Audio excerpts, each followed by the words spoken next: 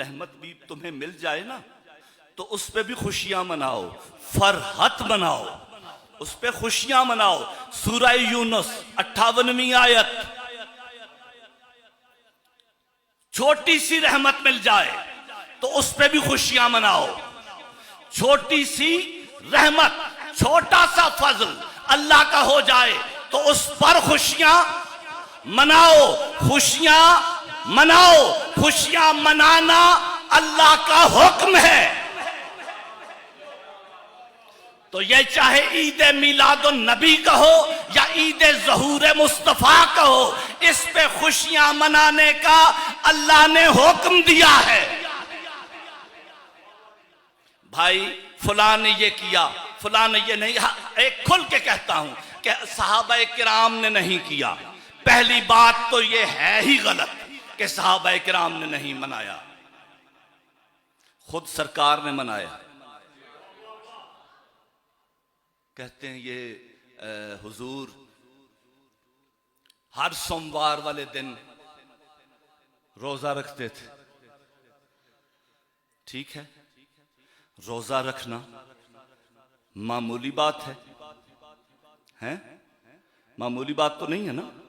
सरकार हर सोमवार को रोजा रखते थे ताकि लोगों को पता चले कि मैं सोमवार वाले दिन इस जमीन पे आया था। सहाबाए किराम बहुत सी बातें हैं, लेकिन मैं जरा थोड़ा आगे जाना चाहता हूं कि सहाबाए किराम ने जो काम नहीं किया हम वो काम क्यों करें। तो भाई सहाबाए किराम कार पे कभी नहीं बैठे, सहाबाए किराम ने जहाज पे कभी सफर नहीं फरमाया। हमारी जाने कुर्बान हो सरकार के सहाबाए किराम पर। सहाबाए किराम ने सीरतुन नबी का जलसा कभी मुनाकिद नहीं किया। सहाबाए किराम ने अपने अय्याम कभी नहीं मनाए, कभी मुतालबा नहीं किया कि हमारे दिन सरकारी तौर पर मनाए जाएं। जो मोहम्मद के गुलाम हैं उनके दिन मनाने का मुतालबा करते हो और मोहम्मद के दिन पर एतराज करते हो।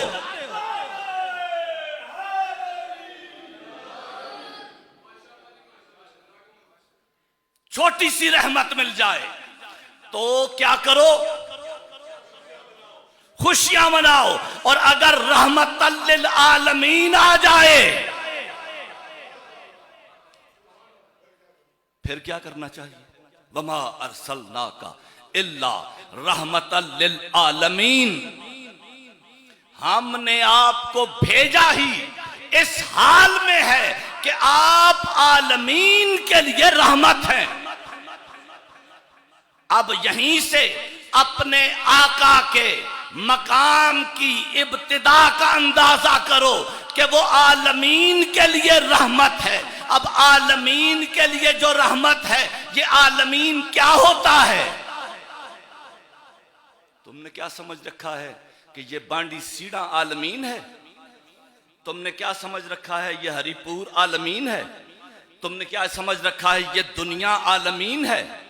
18,000 आलमीन फलसफे वालों ने शुमार कर लिए हैं। अभी मालूम नहीं है कि इल्म कहां कहां आगे जाएगा और कितने और आलमीन बढ़ेंगे। मिसाल दूं उसकी, हजरत आदम अलैहिस्सलाम को दुनिया में तशरीफ लाए हुए कितने साल हुए हैं?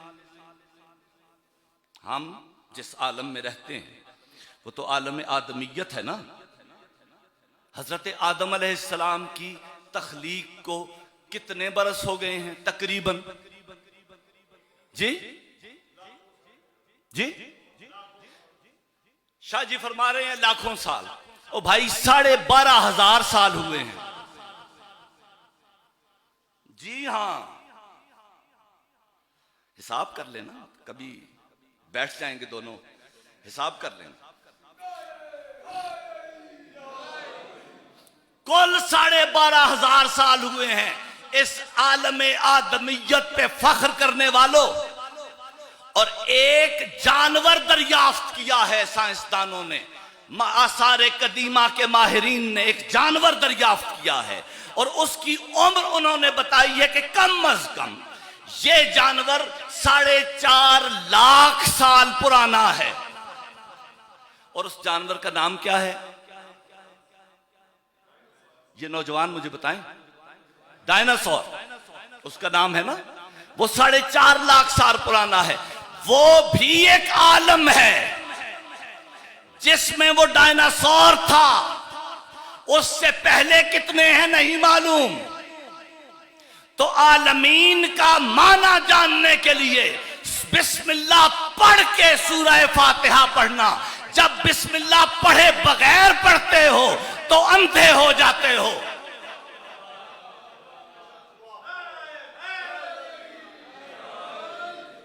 बिस्मिल्लाह पढ़ो और फिर आलमीन का माना समझो। अल्लाह फरमाता है अल्हम्दु लिल्लाहि रब्बिल आलमीन। हर हम्द उसके लिए है, उस अल्लाह के लिए है जो आलमीन का रब है। तो दो ही शख्सियतें हैं जिनके पास आलमीन का ओहदा है।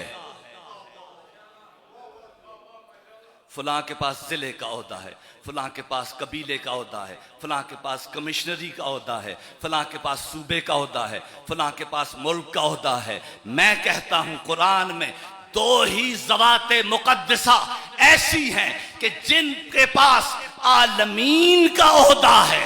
एक जो आलमीन का रब है, एक जो आलमीन की रहमत है। दोनों का ओहदा आलमीन का ओहदा है। एक खालिक है, एक मखलूक है। जहनों में ये भी रहे, वो खालिक है, ये मखलूक है। इनके पास जो कुछ है उसका दिया हुआ है, अपना नहीं है। उसने दिया, ये मालिक बन गए। मसला इनके साथ, फजीलत इनकी ये है कि इनके अलावा उसने किसी और को दिया नहीं। वो खालिक है, ये मखलूक है। उसका सबसे बड़ा एजाज ये है, उसकी सबसे बड़ी फजीलत ये है कि वो इनका खालिक है और इनकी सबसे बड़ी फजीलत ये है कि ये उसकी मखलूक है। ना उस जैसा कोई खालिक है, ना इन जैसी कोई मखलूक है।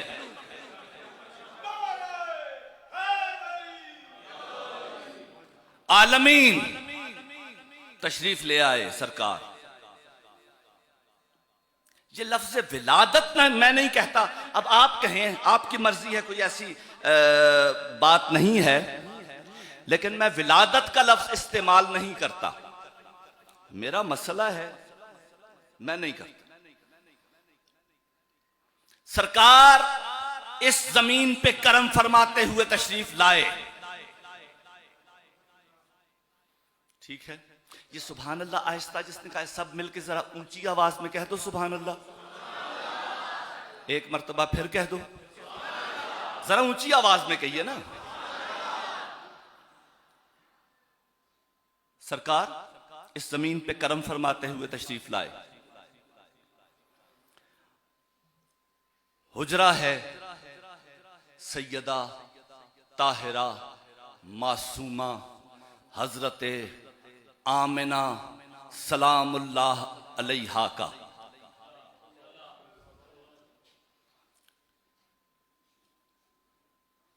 ये बीबी कौन है? रसूल ने क्या कहा कि जन्नत कहां है? तो जो जन्नत का मालिक है, जिसके पसीने के कतरों से जन्नत बनी है, उसकी अपनी जन्नत कहां है? सैयदा आमिना आलमीन के सबसे बड़े मुख्तार की जन्नत की मालिका। लफ्ज़े कुन पे इख्तियार रखने वाले मोहम्मद सल्लल्लाहु अलैहि वसल्लम।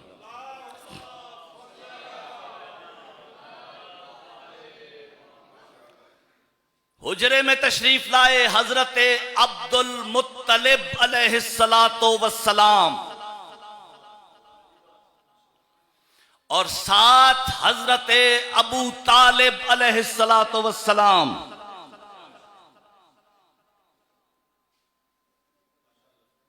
कोई मसला तो नहीं हुआ किसी को हैं?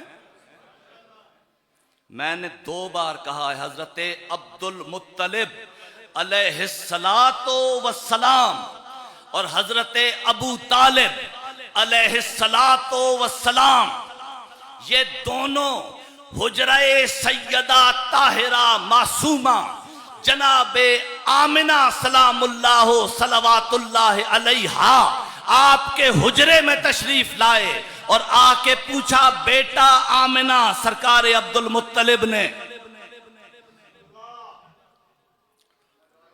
दुरूद पढ़िए,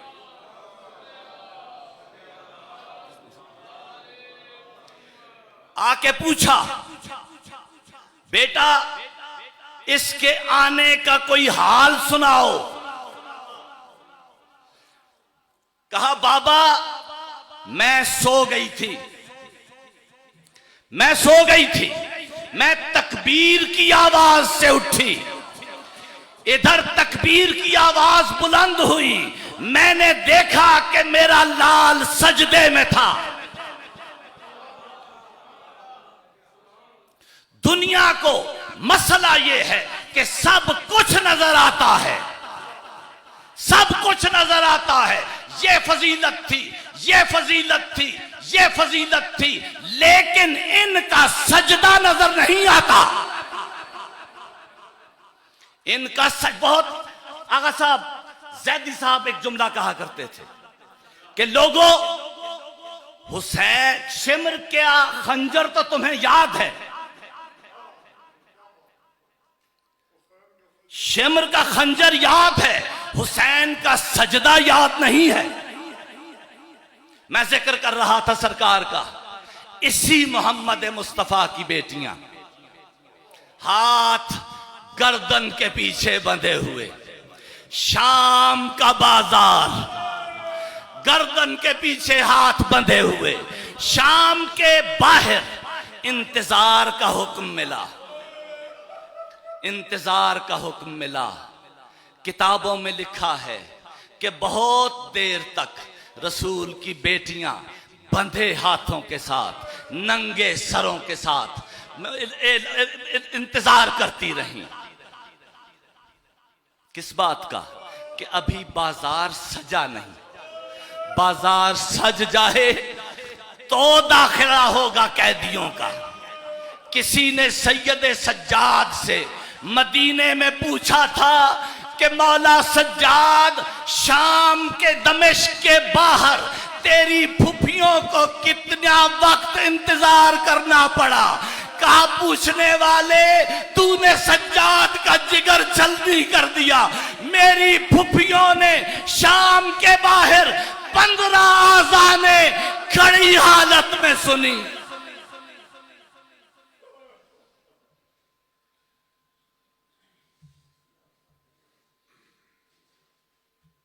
माशाअल्लाह।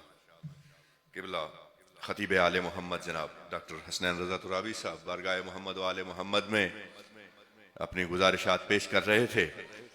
मजमे को यकीनन दाद देना हक बनता है, बानियान की तरफ से भी और पढ़ने वालों की तरफ से भी सामईन को दाद है कि मुसलसल इस मजलिस को समाअत फरमा रहे हैं। हमारी खुशकिस्मती कि हमारे दरमियान मौजूद हैं मकतब आले मोहम्मद के सरजमीन पाकिस्तान पर एक दरख्शां सितारे जनाब अल्लामा हुज्जतुल इस्लाम वल मुस्लिमीन अमीन शहीदी साहब तशरीफ़ फरमा हैं और मैं उनसे इल्तमास करता हूँ कि वो ज़ेब मिंबर हों, तालीमात मकतब मोहम्मद व आले मोहम्मद से हमें रूशनास फरमाएँ। जनाब किबला अल्लामा हुज्जतुल इस्लाम वल मुस्लिमीन अमीन शहीदी साहब इस्लामाबाद से तशरीफ।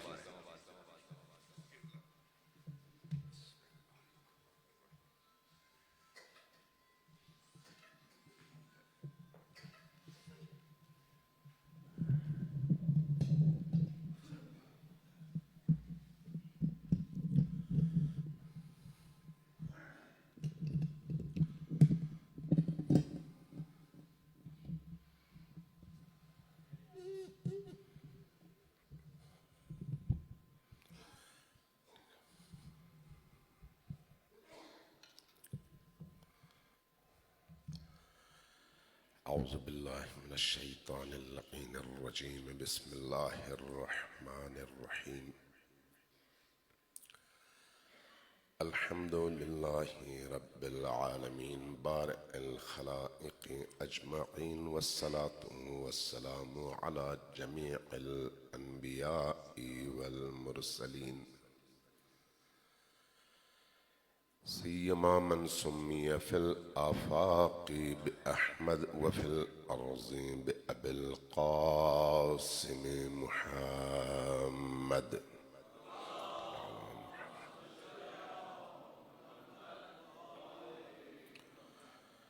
वस्सलातु वस्सलामु अला औलादिहि अत्तय्यिबीन अत्ताहिरीन अल-मासूमीन अल-मयामीन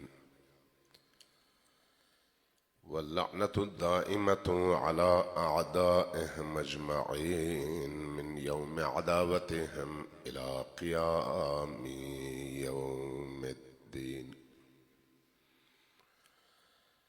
अम्मा बादु फ़क़द क़ाल अल्लाहु तबारक व तआला फ़ी किताबिहिल मजीद व हुवा अस्दक़ुल क़ाइलीन व क़ौलुहुल हक़। बिस्मिल्लाहिर रहमानिर रहीम। फ़मन यअमल मिस्क़ाल ज़र्रतिन ख़ैरन यरह वमन यअमल मिस्क़ाल ज़र्रतिन शर्रन यरह। सल्लल्लाहु पर मोहम्मद व आले मोहम्मद।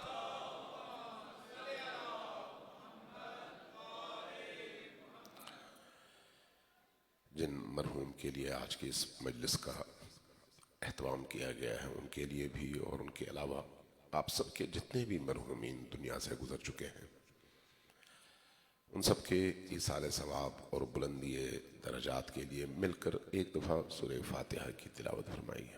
बिस्मिल्लाहिर्रहमानिर्रहीम। अल्हम्दुलिल्लाहि रब्बिल आलमीन अर्रहमानिर रहीम मालिकि यौमिद्दीन इय्याका नअबुदु व इय्याका नस्तईन इहदिनस सिरातल मुस्तक़ीम सिरातल लज़ीना अनअमता अलैहिम गैरिल मग़दूबि अलैहिम वलद्दाल्लीन। बिस्मिल्लाहिर्रहमानिर्रहीम। क़ुल हुवल्लाहु अहद अल्लाहुस समद लम यलिद वलम यूलद वलम यकुल लहू कुफुवन अहद। सलवात भेजिए बर मोहम्मद व आले मोहम्मद।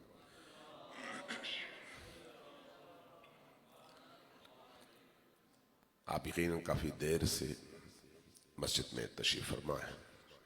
अल्लाह तबारक व तआला से आजिज़ाना दुआ है कि अल्लाह आपकी इस निशस्त को और मस्जिद में जब से आप तशरीफ़ फरमा है आपकी इस तशरीफ़ फरमाई को, आपकी सांसों को, आपके बैठने को अपनी बारगाह में इबादत शुमार फरमाए और हम सब की इन सांसों को अपनी बारगाह में तस्बीह शुमार फरमाए।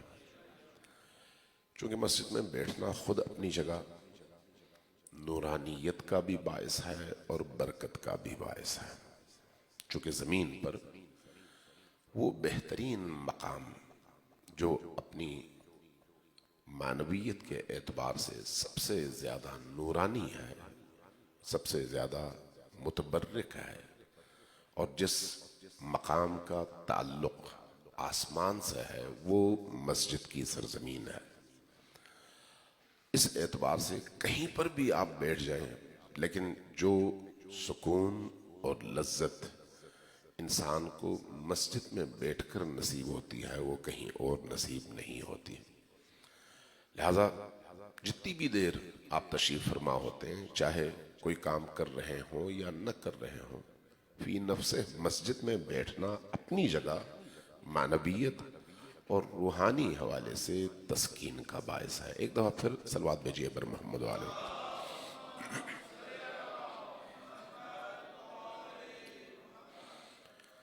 डॉक्टर हुसनैन साहब की थोड़ी बहुत गुफ्तगू मैंने सुनी, अच्छी गुफ्तगू की उन्होंने और मौजू भी उनका मीलाद ही था।